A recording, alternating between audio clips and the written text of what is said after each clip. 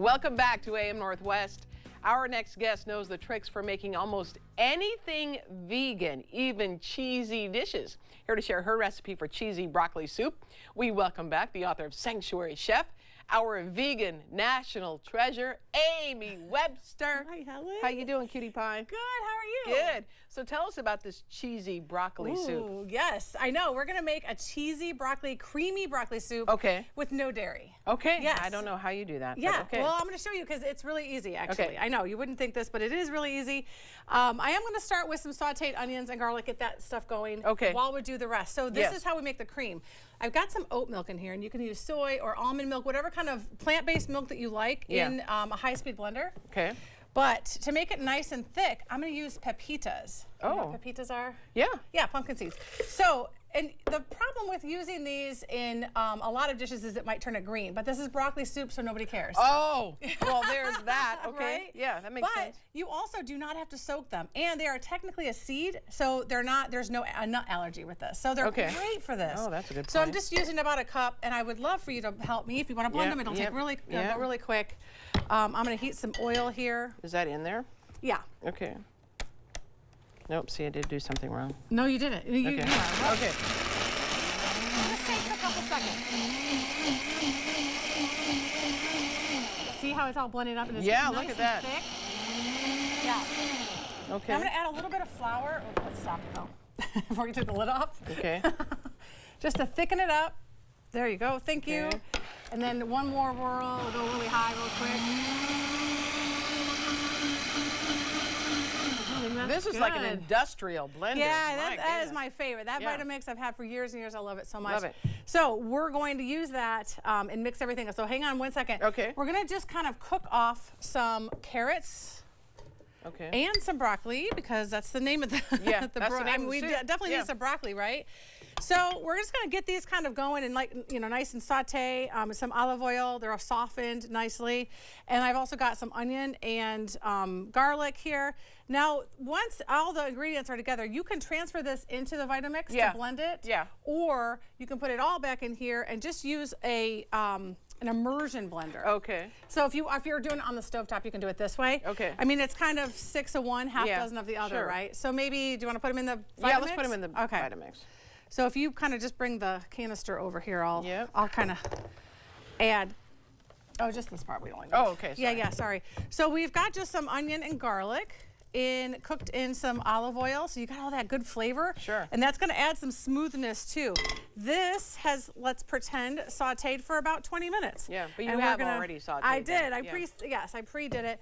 And so now, okay, so if we're adding broccoli, because that's the name of the soup. Well, we want the broccoli soup. Well, why do you think there's carrots in here? I always ask the kids this. I don't know. Why are there carrots in there? Well, because you just get like that added nutrition, but also the color kind of, makes it a little bit of an orange, Okay, sure. So we're going to do that, but let's add some broth because you'll definitely want some more liquid in there. Okay. You don't have to add all of it. Broth. So this is vegetable broth, not beef broth. Not beef broth. I always tease her. Okay, we'll just do a little bit to start, and then we can add everything else later. Okay, you want me to put and I'm holding out some broccoli because this is going to go in so we have some texture to the soup. Yeah, don't forget the lid. Where did we put the lid? I've been known It'll decorate in here really nicely. Oh, isn't that nice? Yeah, look at that going. You can go as much as you want or as little as you want. Well, it also depends too on how you like your soup. Exactly. Like I know my husband likes it creamy. He doesn't like a lot of texture. Then look at it; it looks creamy. Back in here, and everything else can go in after. Okay. Got it. Okay. I know, isn't that nice? Okay. Yeah.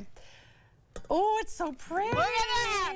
Oh, I love it so much. Looks gorgeous. Yep. It's so pretty. Okay. It's so fun. So I'm going to add a little bit of nutritional yeast just for some flavor. This is optional if you don't have any, or if you've not used it before and you're kind of leery, you don't have to use it.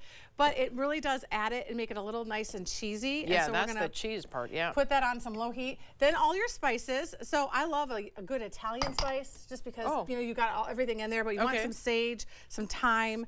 And I love basil and oregano. Is one of my favorites. Yeah. And if you've got fresh herbs, that's also nice. Yep. So once we cook this for a while, I like to add back in this broccoli that we just sauteed a little bit. Oh. So you've got that texture. Okay. Yeah.